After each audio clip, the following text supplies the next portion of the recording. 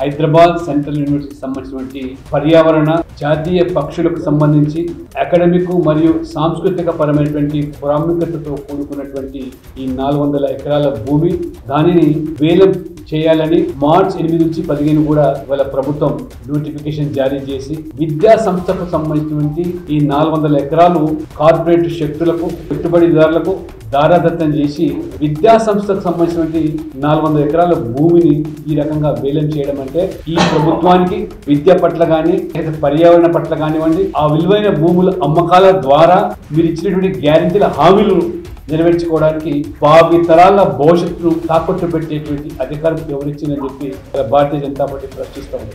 మీరు ఇచ్చినటువంటి గ్యారెంటీలు కోర్టులకి హామీలు నెరవేర్చడానికి మొత్తం తెలంగాణకు సంబంధించిన విలువైన భూములను ఆస్తులను ఈ రకంగా తాకట్టు పెట్టడం అమ్మకాలకు విక్రయాలకు తలపెట్టడంతో భారతీయ జనతా పార్టీ దీన్ని తీవ్రంగా మరి వ్యతిరేకిస్తుంది.